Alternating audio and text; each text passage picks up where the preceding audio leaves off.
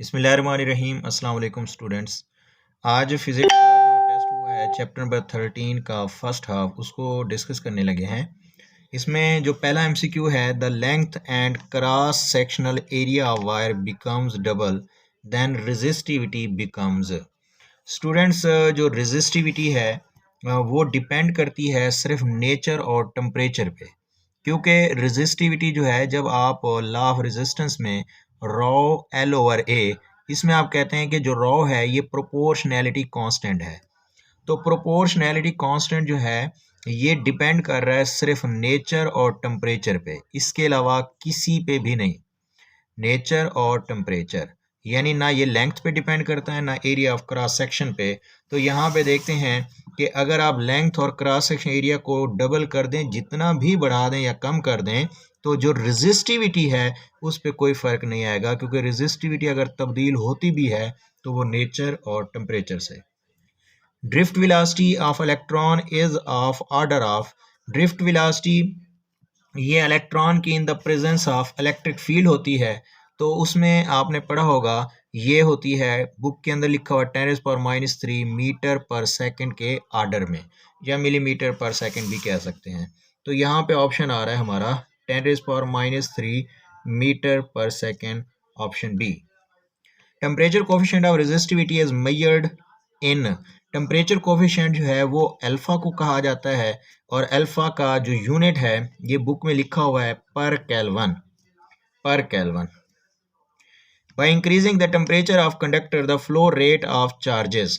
Flow rate जो है student, ये करंट को कहा जाता है। जब आप टेम्परेचर बढ़ाएंगे तो टेम्परेचर बढ़ाने से रेजिस्टेंस बढ़ जाएगी, और जब रेजिस्टेंस बढ़ेगी तो I is equal to V over R।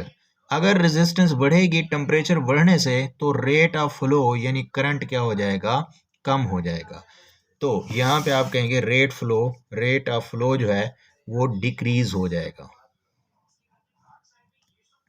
The example of non omics devices is. Non ohmic जो है जो ओहम लॉ को ओबे नहीं करते, तो वो हैं सेमीकंडक्टर। आपकी टेक्स्ट बुक के अंदर एग्जांपल दी हुई है, और फिलामेंट की दी हुई है example. Next one, the resistivity of wire depends upon its. अभी बताया आपको कि रेजिस्टिविटी नेचर ऑफ मटेरियल पे डिपेंड करती है, तो यहाँ डी ऑप्शन आएगा, यानी material, nature of material. Semiconductor is the example of. Semiconductor जो है ये अभी अभी हमने पढ़ा है कि सिलिकॉन, जर्मेनियम ये नॉन ओहमिक होते हैं, और the potential difference across each resistance in series combination is. Student, जब आप सीरीज कॉम्बिनेशन देते हैं तो जो पोटेंशियल डिफरेंस होता है, ये देखें, ये सीरीज कॉम्बिनेशन है, मतलब एंड टू एंड। तो हर रेजिस्टर की जो एंड्स हैं वो डिफरेंट पॉइंट्स पे हैं, यानी इसकी ये 2 पॉइंट है, इसकी ये 2 पॉइंट है, इसकी ये 2 पॉइंट। जब पॉइंट ही डिफरेंट है तो उनका पोटेंशियल डिफरेंस भी क्या होगा, डिफरेंट होगा, यानी डिवाइड हो जाएगा। कुछ यहाँ आएगा, कुछ यहाँ आएगा, कुछ यहाँ पे आएगा, यानी जो टोटल पोटेंशियल डिफरेंस हम देंगे उसके हिस्से हो जाएंगे सीरीज कॉम्बिनेशन में। तो सीरीज कॉम्बिनेशन में हर रेजिस्टर में पोटेंशियल डिफरेंस क्या होता है, different. If the resistance of 2, 3, 6 are connected in parallel, they are equivalent resistance. Students, अगर parallel हो तो parallel में फार्मूला आता है 1/RE is equal to 1/R1 plus 1/R2। 3 है तो हम 3 तक जाएंगे, 1/R3। ये है 1/2 plus 1/3 plus 1/6। एलसीएम लेंगे हम 6 आएगा, 2 3 प्लस 3 2, यानी 2 की बारी जाएगी, यहाँ 1 की तो 1 आ जाएगा। 3 2 5 और 1 6, 6/6, आंसर विल बी 1। तो इसका रेसिप्रोकल लेंगे तब भी जवाब क्या आएगा, 1 ही आएगा, तो 1 ओहम। तो इक्विवेलेंट रेजिस्टेंस इन 3 रेजिस्टर की वो बनती है 1 ओहम। तो ये है option A. If the current passing through a wire is double the heat energy produced.